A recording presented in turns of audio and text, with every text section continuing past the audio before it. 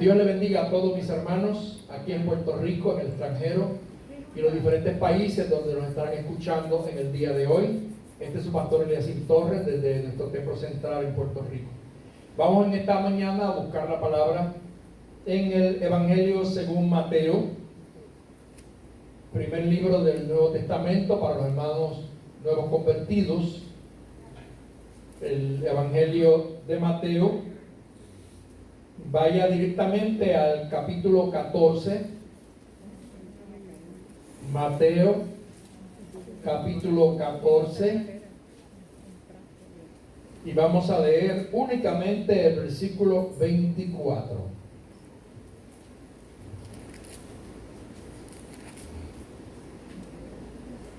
Mateo, capítulo 14, versículo 24. Que lo leo a la gloria del Padre, del Hijo y del Espíritu Santo. Amén.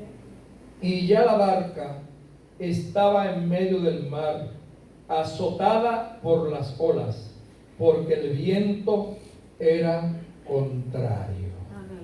Puede sentarse. Amén. Quiero utilizar un tema que lo comienzo en el día de hoy. Sé que no lo voy a terminar. Ya ustedes saben que mi costumbre es predicar la palabra con calma, y aunque me coja 5 domingos, pues predicamos por capítulos, para así pues conocer mejor lo que nos quiere decir el Señor por su palabra. Y el tema que voy a estar utilizando es enfrentando las tormentas de la vida. Enfrentando las tormentas de la vida.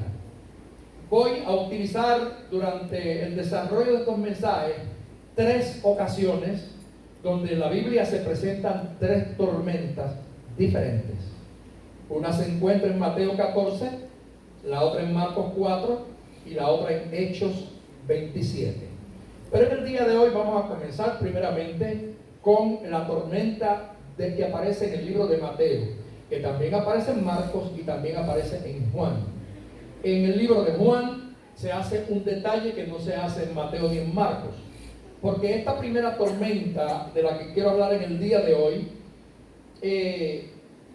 surge precisamente después de ese gran milagro que hace Jesús de alimentar 5,000 hombres, sin contar las mujeres ni los niños.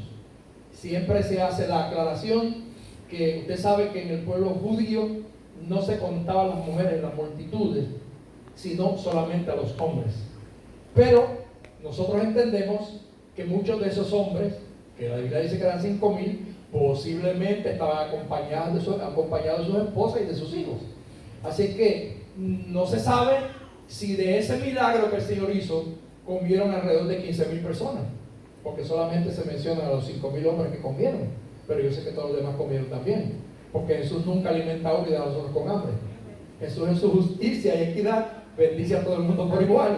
Tan así que la Biblia dice que el sol sale para los buenos y también para los malos. Así que Dios en su justicia, yo sé que aquel día alimentó mucha gente. Pero el Evangelio de Juan resalta un detalle que ni Mateo ni Marcos no lo dicen. Y es que después que surge este milagro, Juan dice que cuando aquella gente se dio cuenta del gran milagro que había hecho Jesús, quisieron echarle mano para proclamarlo como rey. Mateo no dice eso, ni Marcos tampoco. Por lo tanto, Jesús, ¿qué hace? Se tiene que ir, escapa y se va al monte a orar. Fíjense bien que Satanás en todo momento quiso romper el plan que el Padre había establecido, porque todos nosotros sabemos que Jesús es rey. Pero ¿qué sucede? Que en el proceso, en el periodo en que Jesús está manifestando su ministerio, Israel estaba bajo el control y el dominio de Roma. Por lo tanto, la gente que seguía a Jesús, muchos no tenían una visión de un reino espiritual ni de un reino divino, sino que estaban más bien con sus ojos fijos en un reino humano, en un reino político.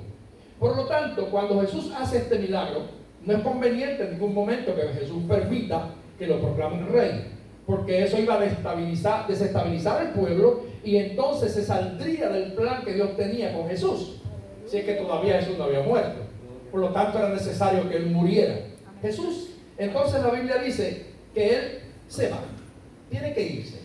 El relato que nos habla aquí Mateo, lo voy a descifrar un poquito más adelante, porque quiero que usted sepa y que este mensaje, aunque fue algo literal que sucedió históricamente, tiene que ver en un sentido simbólico con las tormentas de la vida de los creyentes. Amén. Todos nosotros, hermanos, vivimos en esta tierra y nuestra vida es una vida turbulenta. Y tenemos que compararla con estas tormentas. Porque muchas veces nosotros vemos que hay eventos en nuestra vida que nos marcan y que nos sacuden. Por ejemplo, ya el martes estamos nosotros que vivimos en el trópico, aquí en Puerto Rico, comenzamos lo que llaman la temporada de huracanes. Esta temporada a mucha gente los pone nerviosos. ¿Por qué razón? Porque los que me ven de otros países que nunca han experimentado lo que es una tormenta, un huracán, porque los que no viven en el trópico no saben lo que es esto. Pero los que vivimos en este área, aquí esto se le conoce como el paseo. O sea, por aquí es donde pasan todas. Algunas nos dicen adiós de lejos y otras se meten y acaban con nosotros. Entonces, por lo menos yo, con la edad que tengo memoria de unos cuantos eventos. Recuerdo la primera que yo vi, que fue la de Hugo, en el 1989. ¿Se acuerdan de Hugo? Luego, en el 1996 pasó doña Hortensia, que no nos hizo mucho estrago con el viento, pero el agua arrasó con un montón de sitios. Y luego en el 98 nos vino la segunda porción, que fue Don George, ¿verdad que sí? Que nos cruzó de este a oeste. Luego, en el 2004, si usted tiene buena memoria como yo, pasó la tormenta Jean. Y la tormenta Jean fue una tormenta que simplemente fue tormenta, pero que nos tuvo casi 3 meses sin luz eléctrica. ¿Se acuerdan de eso? Que la gobernadora era doña Sila Calderón. Entonces, después de Jean, nosotros volvimos a ver este tremendo huracán que nos pasó en el 2017, que se llamó María la Mala. Porque siempre digo que fue María la Mala, porque es María Buena, pero esa fue mala. María. Y ahora en el 2020 nos dieron 2 avisitos, 2 golpecitos, porque por ahí pasó Isaías, ¿verdad? Que fue el que pasó el 30 de julio, y luego pasó, ¿cómo se llamaba la otra? Laura también pasó, y no Laura Bozo, otra Laura. Ahora, ¿qué sucede? La meteorología ha catalogado estos fenómenos de naturaleza de diferentes formas. Por ejemplo, primero se le llama onda tropical. Luego de onda pasa a depresión tropical. Luego de depresión tropical se le llama tormenta. Y luego de tormenta se le llama huracán.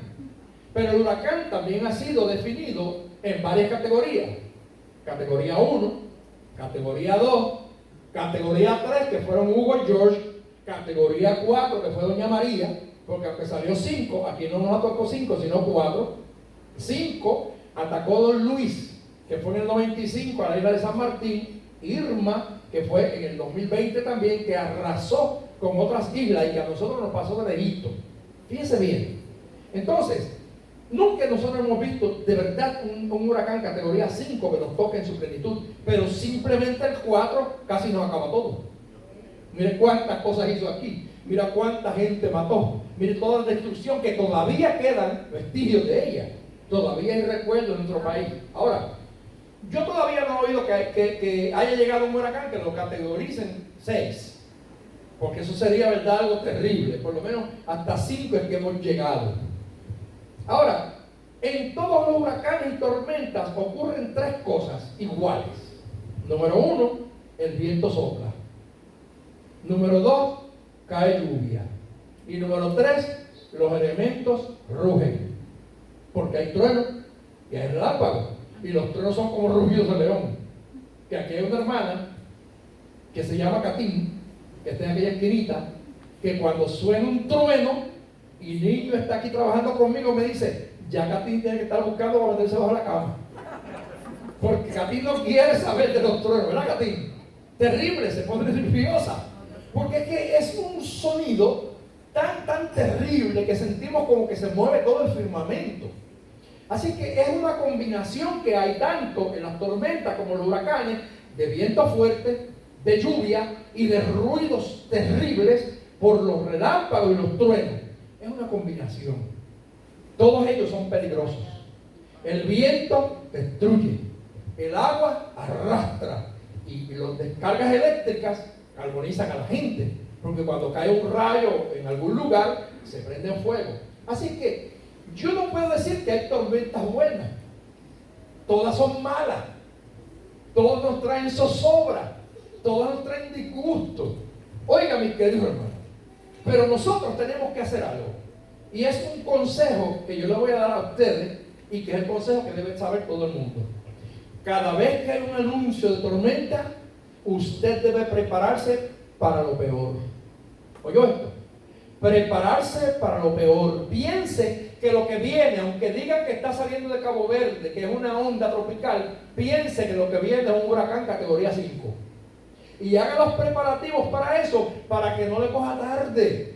Todo esto que le estoy hablando al principio es simplemente de cosas que tú y yo conocemos, pero que lo vamos a aplicar en la vida espiritual. También en nuestra vida surge una serie de tormentas, hermanos, que a todos nos llegan. Esas tormentas, miren mis queridos hermanos, muchas veces nos sacuden. Muchas veces cuando pasan nos dejan estragos.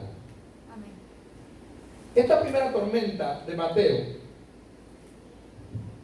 fue ese evento que surge después del milagro de la alimentación de los 5.000.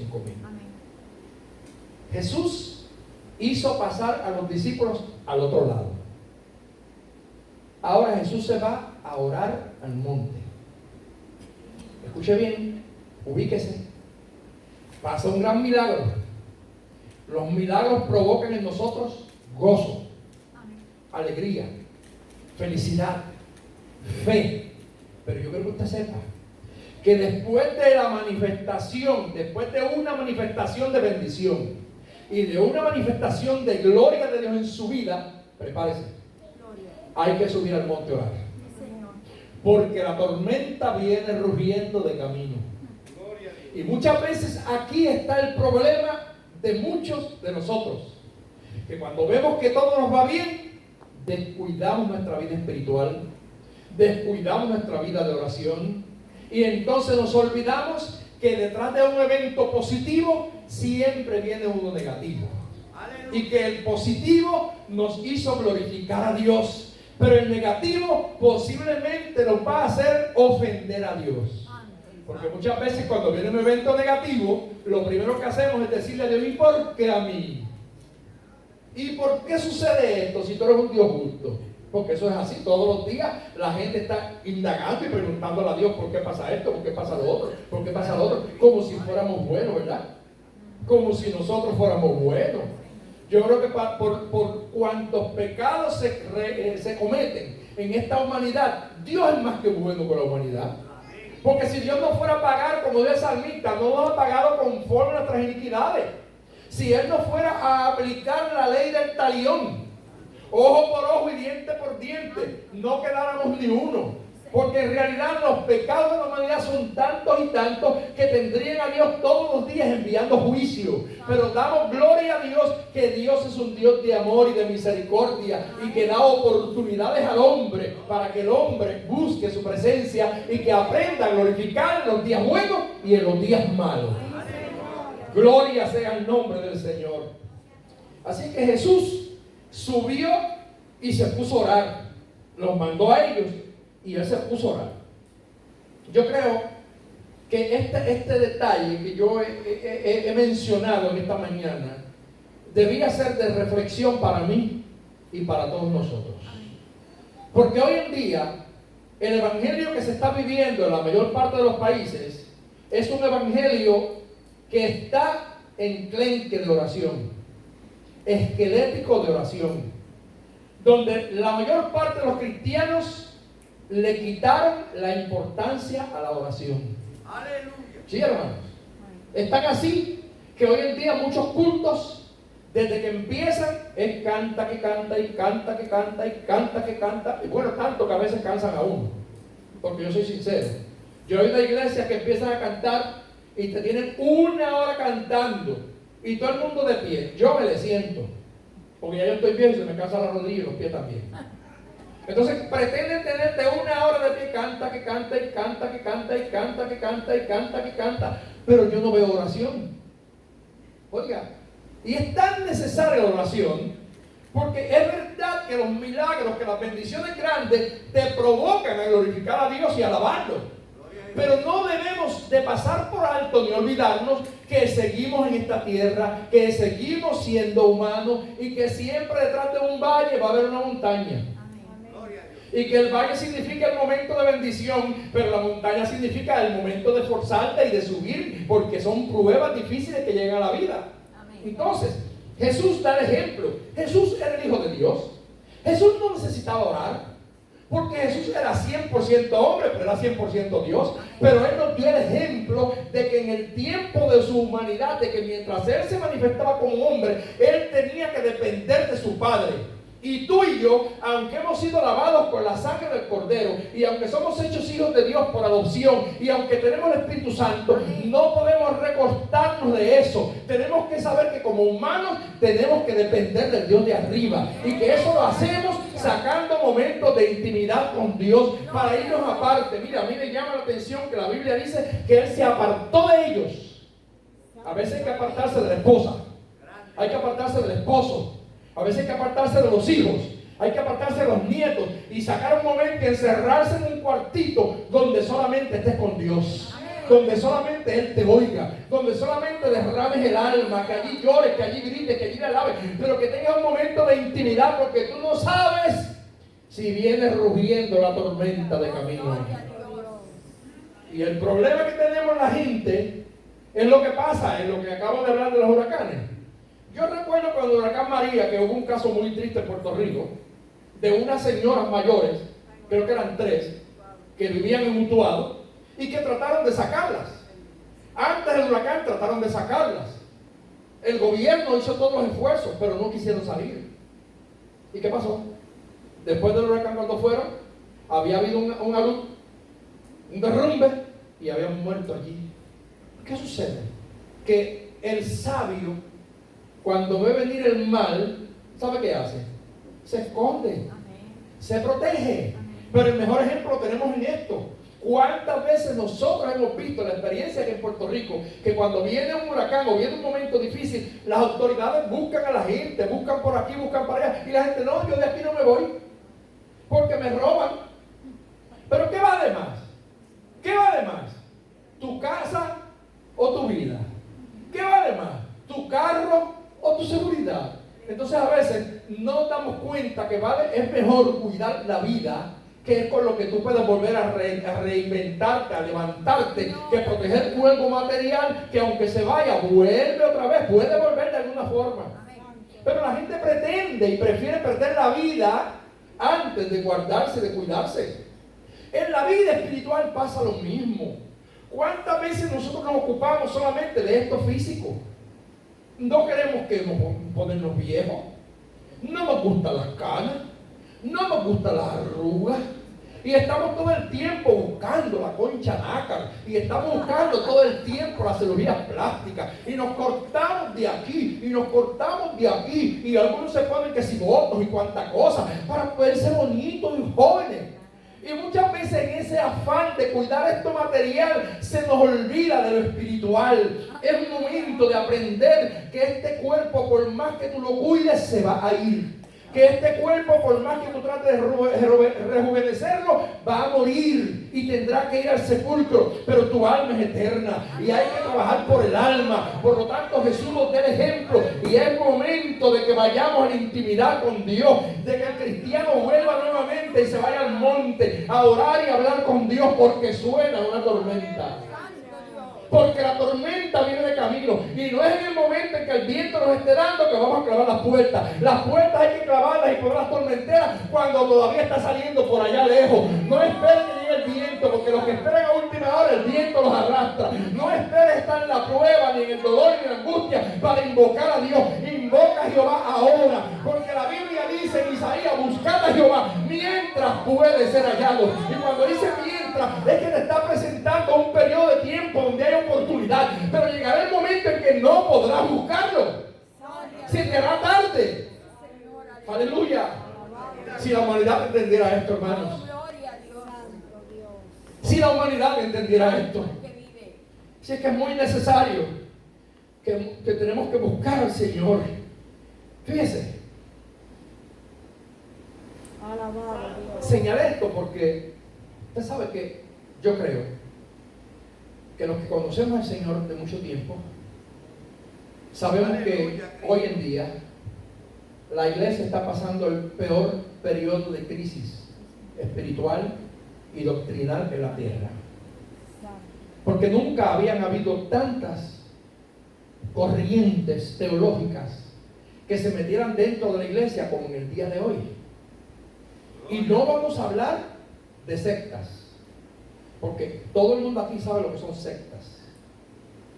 Sectas son religiones, son cosas que intentan buscar a Dios y que tienen la base, posiblemente lo que dijo un hombre, como son los mormones, que se basan en lo que dijo José Smith, como son los testigos que en Rusia, como son adventistas, que se basan en Elena White, y muchos que tienen como figura de inspiración un hombre que no es Dios. Porque ninguna religión que ponga a un hombre o a una mujer por encima del Dios que yo sirvo, ¡aleluya!, es evangelio. El evangelio recibe y reconoce a Jesús como la figura central. Y la mirada del que verdaderamente quiere ir a Dios, mira a Jesús.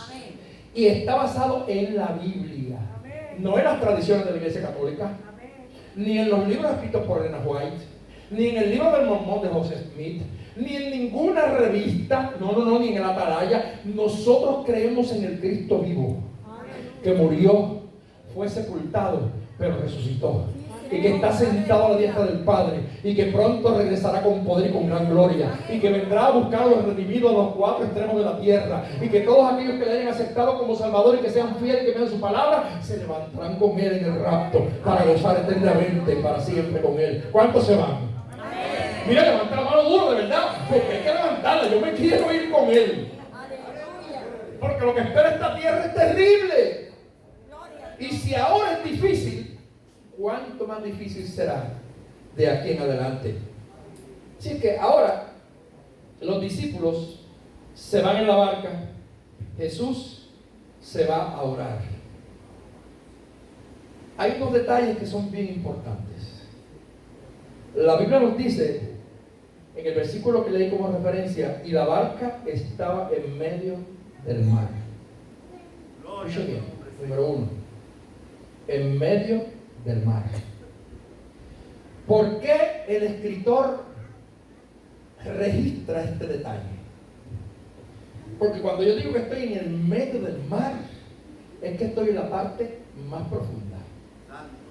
Para allá hay tierra, para allá hay tierra, para allá hay tierra, para allá hay tierra, pero yo estoy en el medio, donde todos los caminos son iguales.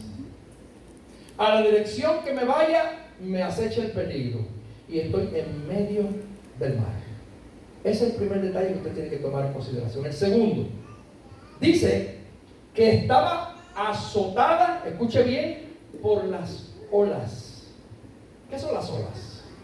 Las olas son esas partes del agua que son empujadas por la velocidad del viento y que se levantan y se convierten en una amenaza, porque muchas de ellas se levantan tan altas que entran a las barcas y muchas veces los hunden. ¡Aleluya! Eso no es fácil. ¿Te acuerdas, Sara, cuando fuimos a Limoncito? Nos montamos en una canoa que yo tenía allá en Venezuela, que medía 45 pies de larga. Era la canoa más larga que había en toda la jungla, y el Señor me la había dado a mí para gloria de su nombre. Íbamos 40 personas montados en esa canoa, en el río Caparo. Y los que no saben, el río Caparo es un río navegable, que hay en Venezuela, eso tiene río grandísimo. Y el río Caparo, debajo de nosotros, allí ¿sabe qué hay? Caimanes. Y debajo de la canoa ¿sabe qué hay? Piraña. Y debajo de la canoa, ¿sabe qué hay? Anacondas. Y debajo de la canoa, ¿sabe qué hay? Mantarrayas. Sí, es un río misterioso, peligroso. Hay mucho peligro ahí debajo. Y vamos 40 personas sentados en esa canoa. Y nos agarró un mal tiempo, que yo no voy a llamar de huracán ni tormenta, pero fue un mal tiempo. Y empezó la lluvia, y empezó el viento a soplar, y se nos empezó a llenar nuestra canoa de agua. Imagínese usted, hermano, una canoa con 40 personas dentro. Así es que, ¿qué hizo la gente? Pues un montón de los jóvenes que iban, agarraron una lata, y mientras más agua entraba, más tiraban por fuera. Entraba agua y sacábamos agua, ¿verdad, Saray? Y todo el mundo nervioso, unos asustados, porque no era fácil, pero hubo algo que nos salvó. Fue que cada cual tomó su lugar de acción para proteger la vida de los demás. Porque cada cual, cuando uno se cansaba, agarraba la lata y seguía tirando agua para afuera. Cuando llega la tormenta a la vida de la iglesia, hermano, cada cual debe tomar su lugar de acción. Y cuando tú estás pasando por un momento de tormenta, que estás en medio del mar, tú tienes que pedir ayuda a tus hermanos para que cada uno te ayude a sacar las influencias de afuera que se quieren meter en tu barca. Y yo escribí hace tiempo un pensamiento que lo puse por las redes, que dije, si el agua se mete en tu barca se hunde. Si el mundo se mete en la iglesia también se hunde. Así es que, mis queridos hermanos, esto tiene un significado doble. Estamos en medio del mar. Estamos en medio de un proceso. La tierra hoy en día está pasando por un momento histórico terrible. Nunca habían habido tantas influencias de las tinieblas que estuvieran tratando de destruir la humanidad. La tecnología ha avanzado. Hoy en día eso es increíble como vivimos. Todo el mundo vive conectado a un celular 24 horas. La gente no sabe nada. Tenemos un mundo de idiotas. Sinceramente, como dijo Einstein, que él tenía el temor de que un día la tecnología convirtiera a la humanidad en un mundo de idiotas, y así es, un mundo de idiotas, porque la gente hoy en día no tiene nada aquí, nada. Ve a los estudiantes aquí cómo están. ¿Cuántos iban a colgarse, como decimos en Puerto Rico este año? Porque es que no tienen nada. La mente está vacía porque todo está en el celular, en una computadora, y te hacen una pregunta y vas al celular a que te conteste. Y te preguntan de matemáticas, vas al celular que te conteste. Pero aquí no hay nada, la gente está con la mente vacía, hueca. Entonces, esta batalla que tenemos que nosotros cristianos saber que todo esto está escrito en la Biblia. Amén. Que llegaría un momento en la historia que la gente pondría más la fe en la ciencia, en la tecnología, que en el Creador. Amén. Y que adorarían más a la creación que al mismo Dios que los creó. Por eso la iglesia hoy en día tiene que promover aquellos valores que respaldan lo que dice la Biblia. Amén. Nunca en la historia nuestros niños a nivel internacional habían sido ocupados tratando de turbar sus mentes para darle a escoger, ¿quieres ser hombre o quieres ser mujer? Es que tú naciste hombre y tú naciste mujer, punto. Te guste o no te guste, eso es lo que Dios hizo, porque Dios no hizo tres sexos. Dios hizo hombre y Dios hizo mujer. Eso es bíblico, la Biblia lo dice claramente. Creó Dios al hombre y después del mismo hombre sacó una costilla y le dio una mujer, para que uno al otro se completara y que esos pudieran traer al mundo hijos que llenaran la tierra. Pero vino el diablo, inventó el tercer sexo y empezó a decir, no, que tú eres lo que tú quieras ser.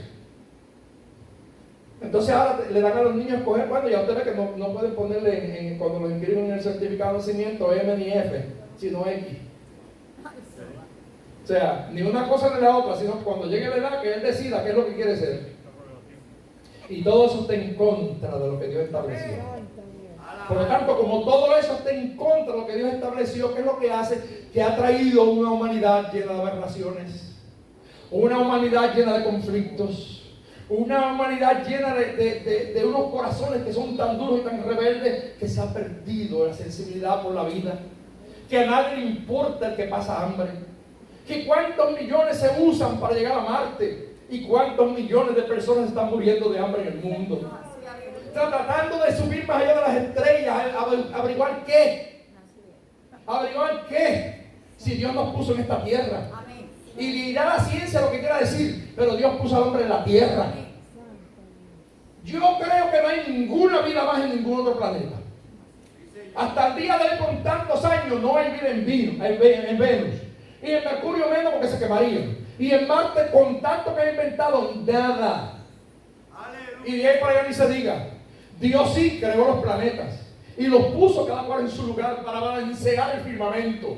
Y que cada uno de ellos tiene un peso y un contrapeso para que todos los planetas y todo lo que existe mantenga ahí estabilidad la Tierra alrededor del Sol. Claro que sí. Pero mire cuánto dinero gastándose para tratar de buscar y que vida más allá. ¿Para qué? ¿Para qué le importa más vida si la vida que tiene acá abajo la están matando porque provoca los abortos en los niños? Y mandan a la mujer abortada. O sea, ¿para qué le importa la vida más allá si la que tiene más acá no la valoran? ¿Sí o no, hermanos? No valoran la vida que tenemos aquí, ahí, que Dios nos las dio. Entonces no valoran están buscando otra más allá. ¿Para qué? ¿Para seguir matando? ¿Para seguir destruyendo? No. Oiga, por eso es que tú y yo tenemos que estar preparados, porque todo esto son tormentas que han llegado a tratar de minar la fe. Y hoy en día tú tienes que saber dónde tú estás parado. ¿Dónde tú estás parado? No podemos permitir que nada de esto moderno que ha llegado destruya nuestra relación con Dios. Así es que esta teología nueva que ha llegado, donde todo es falsedad, y por eso hice énfasis en la parte de oración, porque hoy en día hay montones de gente por ahí, y algunos de ellos lamentablemente hasta nacieron en esta iglesia, hasta nacieron aquí. Y hoy en día dicen que ya no hay que orar, porque ya Cristo oró por nosotros. Y que ya todo hay que aceptarlo porque Cristo todo lo hizo por nosotros. Siga durmiendo de ese lado que te sale callo. A mí la Biblia lo que me dice es que persevere hasta el fin. Me dice que persevere hasta el fin. Y el mismo Pablo dice, he corrido la carrera. Esta es una carrera que hay que correrla. Y la Biblia dice que el que no llega hasta la meta no le dan el trofeo. Así que hay que perseverar hasta el final. Por lo tanto, el Evangelio tiene su base en la palabra de Dios. Y la palabra de Dios nos dice, orad sin cesar. La oración es necesaria, la oración es importante, la oración es el oxígeno del alma. Si usted que está aquí en el día de hoy me está escuchando, o está en su casa, o está allá en Argentina, o en Chile, o en cualquier de los países que nos ven, y usted es un cristiano que no ora, tengo una mala noticia para usted. Si usted es un cristiano que no ora, sepa que viene una tormenta de camino. Y que esa tormenta lo va a sorprender posiblemente a mitad en el medio del mar. ¿Cómo vencerás si no tienes la oración? Jesús se fue a orar. Y mientras estaba orando él, se presentó la tormenta. Aquí la Biblia nos dice que cuando estaban en mitad del mar, escuché bien, y los peores del mundo, ya era de noche. Y ustedes, los que hemos vivido huracanes aquí sabemos que yo prefiero 1000 veces que venga un huracán de día y no que venga un huracán de noche. Porque no hay luz. Usted no ve lo que pasa alrededor.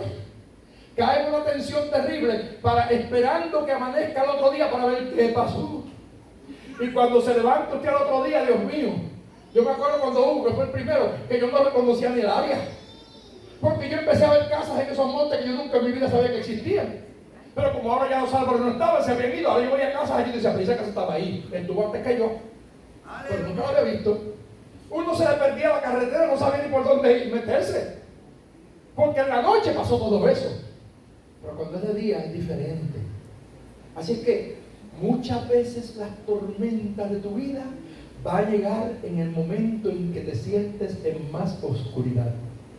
Cuando más débil te encuentras, cuando más vulnerable está tu fe, vendrá la tormenta a tratar de meterse en tu barca y hundirte en el mar profundo. Oh, gloria a Dios. Ahora, a la cuarta vigilia de la noche. La cuarta vigilia, es que las vigilias de la noche se dividían en 3 horas. De 6 a 9, de 9 a 12, de 12 a 3 y de 3 a 6. Así que alrededor de las 3 de la mañana, cuando es la última vigilia, ¿sabe cuándo es eso? ¿Alguien sabe aquí? Cuando la noche es más oscura. Porque cuando más cerca está la aurora, es cuando más profunda es la noche.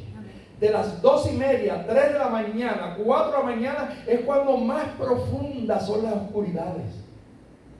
A esa hora Imagínese usted el cuadro.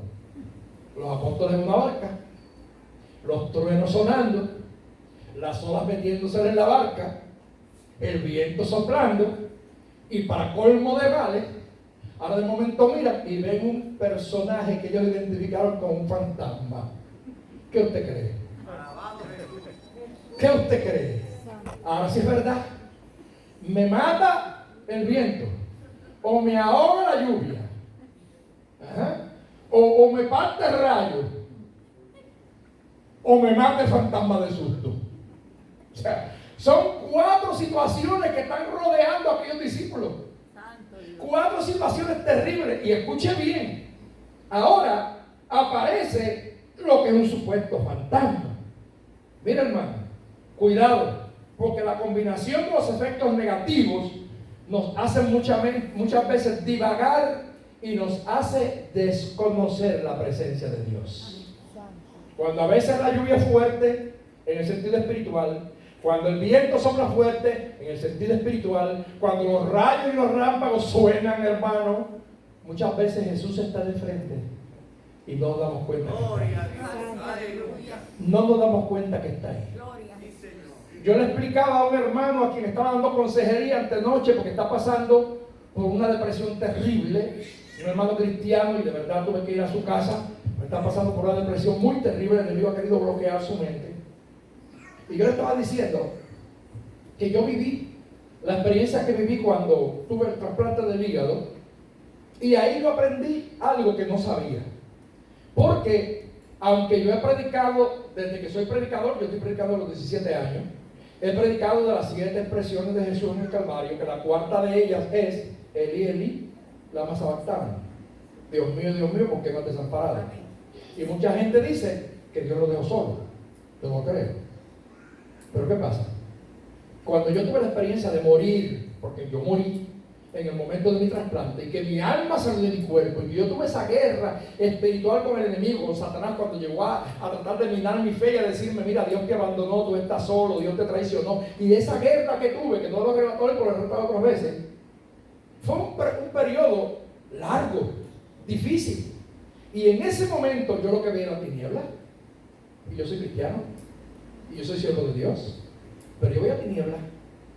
No fue hasta que aquel personaje se fue y las tinieblas pasaron con él, que yo me di cuenta que detrás de las tinieblas estaba ese personaje de pie, vestido de blanco, que era Jesús. Y fue el que me dijo, yo nunca me he apartado de ti.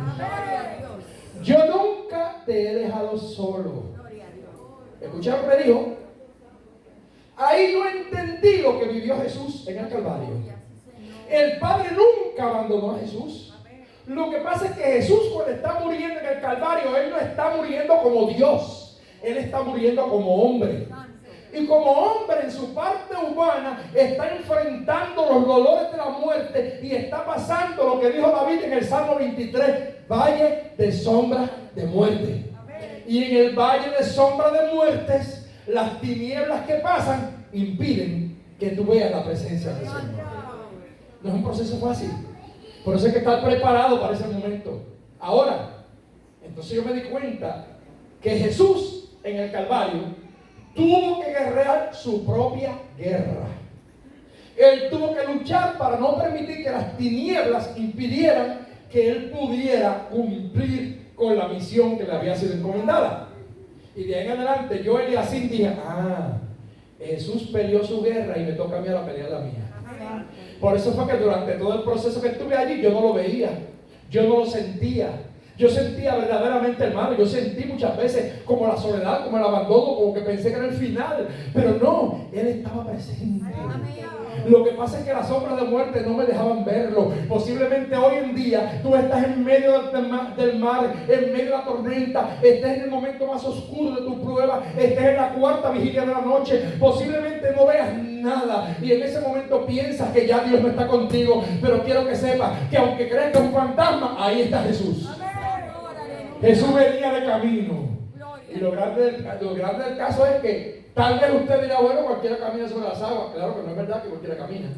Pero lo grande es saber que Jesús venía caminando sobre las aguas de la tormenta.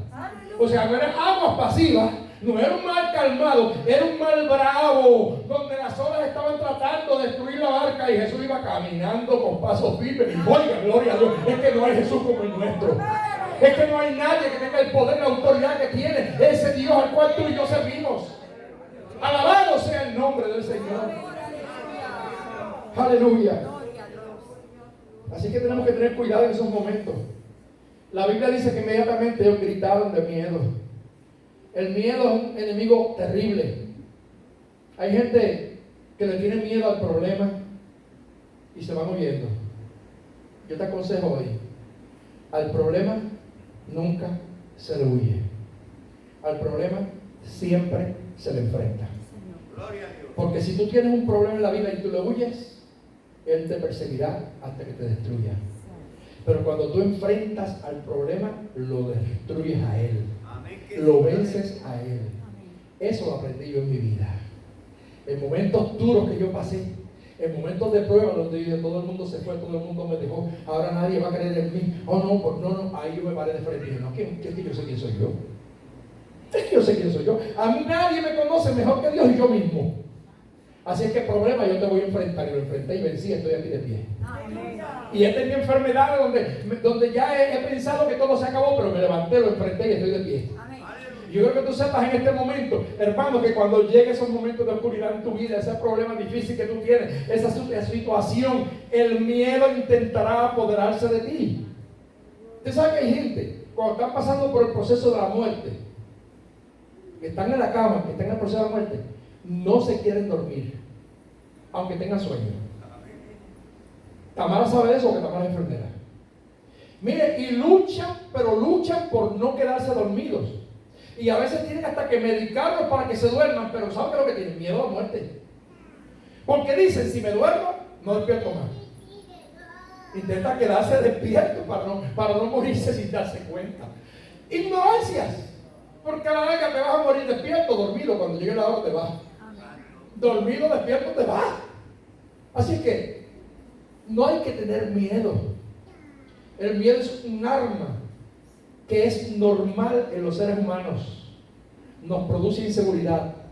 Pero que también tenemos que saber que esa arma que se llama miedo en las manos del diablo es poderosísima. Porque cuando se aprovecha Satanás del miedo, te hunde. Trata de acabar con tu vida. Trata de destruirte. ¿Qué hora es? Díganme si yo no sé si me queda tiempo. Van 42 minutos. 42 minutos llevo. Ah, no, pues esto tiene que decir para un mes más. Gloria a Dios. Así es que, gritar de miedo. Voy a tratar de llegar un poquito más. Ahora viene una parte que a mí me encanta mucho porque es teológica.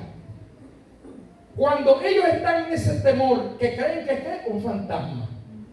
De momento, el que viene caminando sobre las aguas dice, soy yo. Oh, gloria a Dios.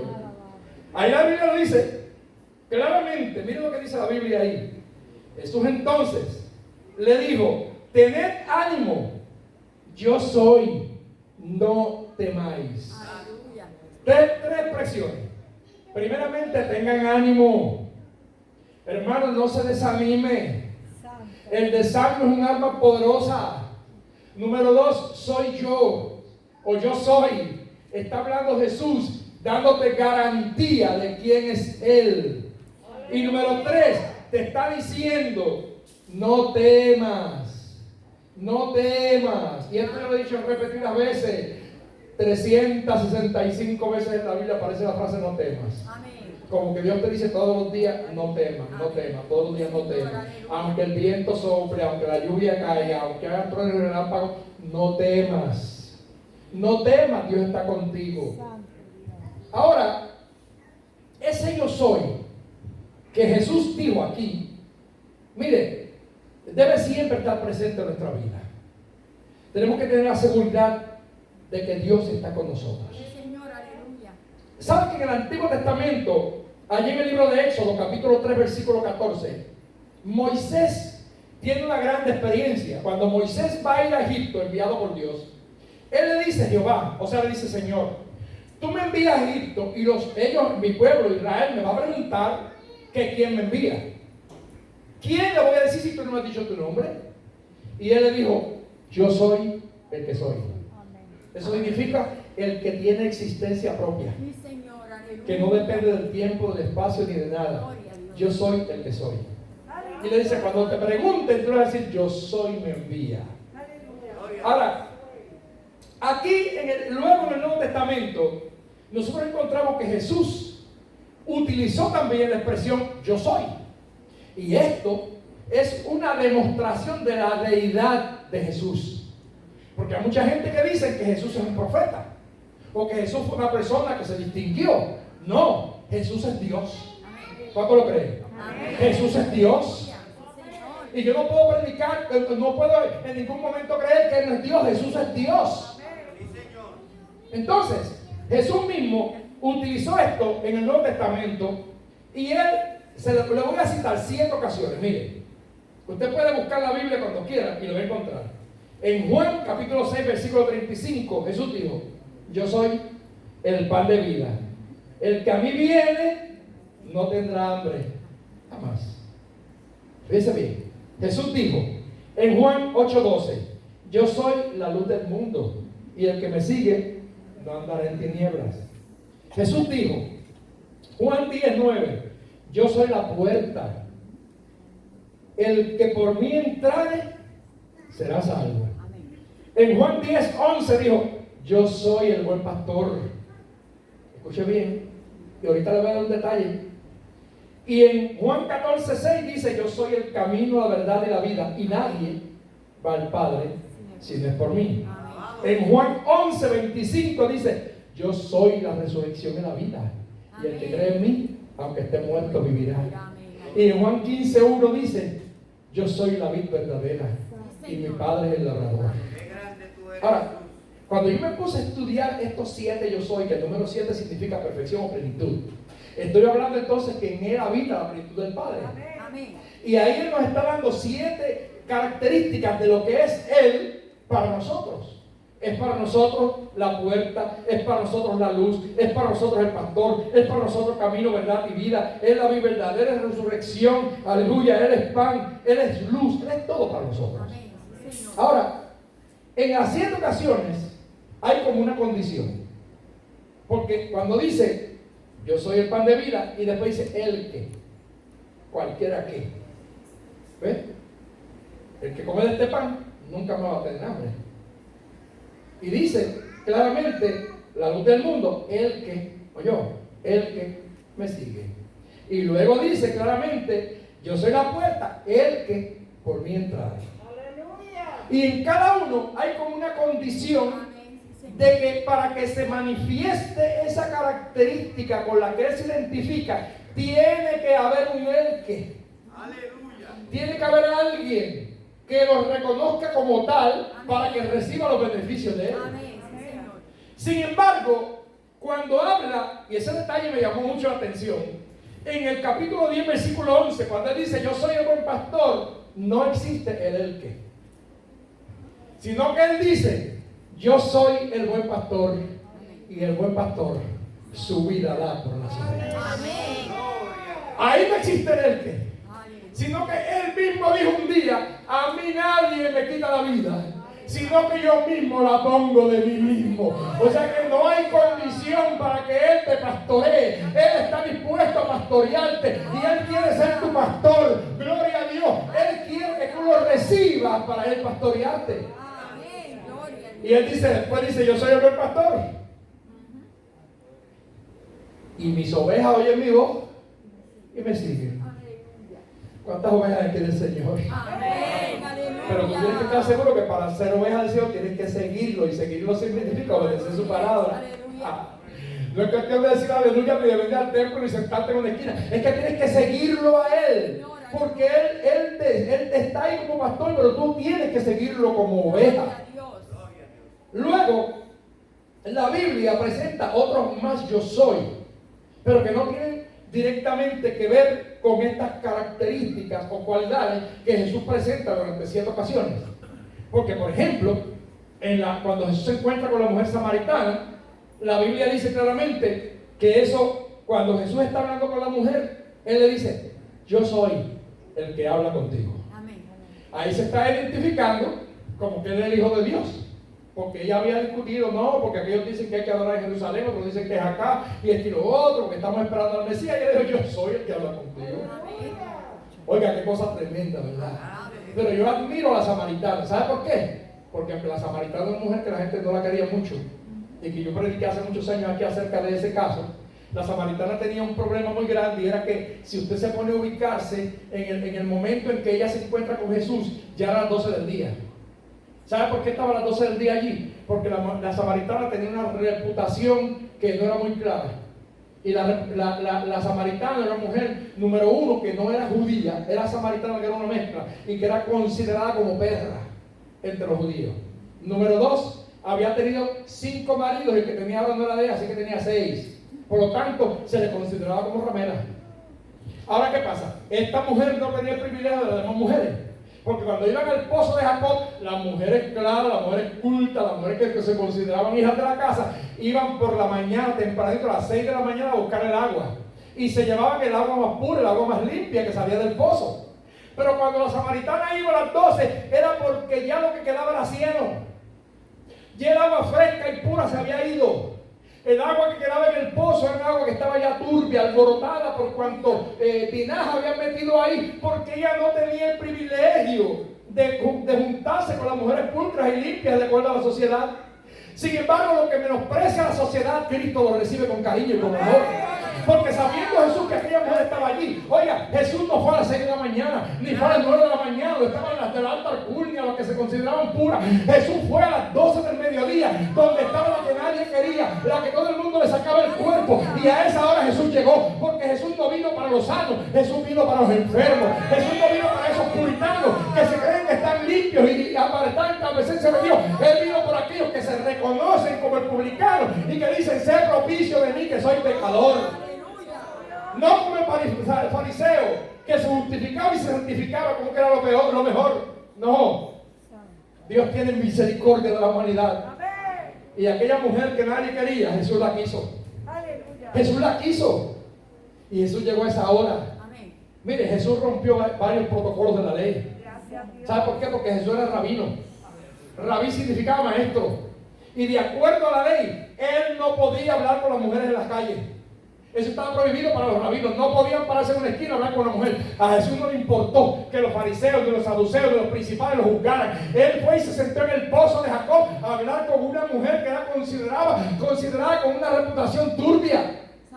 Y habló con ella, le dijo, si tú supieras quién es el que te pide de beber, tú le darías y él te daría agua que salta para la vida eterna. No tendrás que volver más, aleluya. Oh, gloria sea al Señor, a ninguna otra agua.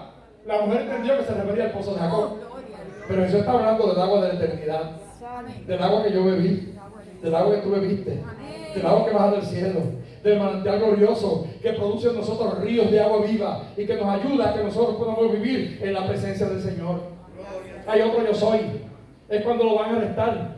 La noche en que van a arrestar a Jesús, llegaron un montón de soldados allí, y cuando llegaron a buscarlo en el huerto donde él estaba, ¿a quién buscan? A Jesús. Y él dijo, yo soy. Y ese yo soy fue tan poderoso que cayeron al suelo. No pudieron resistir la presencia y la autoridad de la voz del yo soy. De ese yo soy Jesús que yo adoro. De ese yo soy que está aquí. De ese yo soy que dice, no busquen más entre los muertos al que vive, al resucitado. Y el Señor está aquí con nosotros en el día de hoy. Gloria a Dios. Por lo tanto, mis queridos hermanos, Mi alma adora a Dios. tú y yo tenemos que saber que en medio de la tormenta Jesús está presente. Que aunque no lo veas, Él está allí. Y por turbulenta que sean las aguas, su presencia está en medio de ellas. Dios te bendiga, Dios te guarde. Terminamos el primer capítulo. Esto va a ser para algo, porque no he terminado todavía lo que tiene que ver con esta primera tormenta. Después va la segunda y después la tercera. Amén. Así que en este día que Dios le bendiga a todos. Dios bendiga que nos ven a la distancia. Esperamos que el Señor te hable por esta palabra. Que donde quiera que te encuentres, el Señor te edifique, que te exhorte, que te ayude a saber que en medio de tu prueba y tu batalla, Dios está contigo. Même si vous parlez créole, attendez des messages, n'importe comment vous passez, songez que bon Dieu avec vous. N'importe ça va passer dans la vie, il y a une tempête qui vient pour craser la vie, mais bon Dieu là ensemble avec vous, en mi-temps, la main, bon Dieu toujours présent. Même si l'oreille grandait, même si tout le bagage ça est dans le ciel, la grandait, même si l'on est bon Dieu là, pour le dire même moi. C'est moi-même, c'est pas un fantôme, c'est moi-même. Bon Dieu béni, Dieu le bendiga, Dieu le guarde. Adelante, en el nombre del Señor. Amén.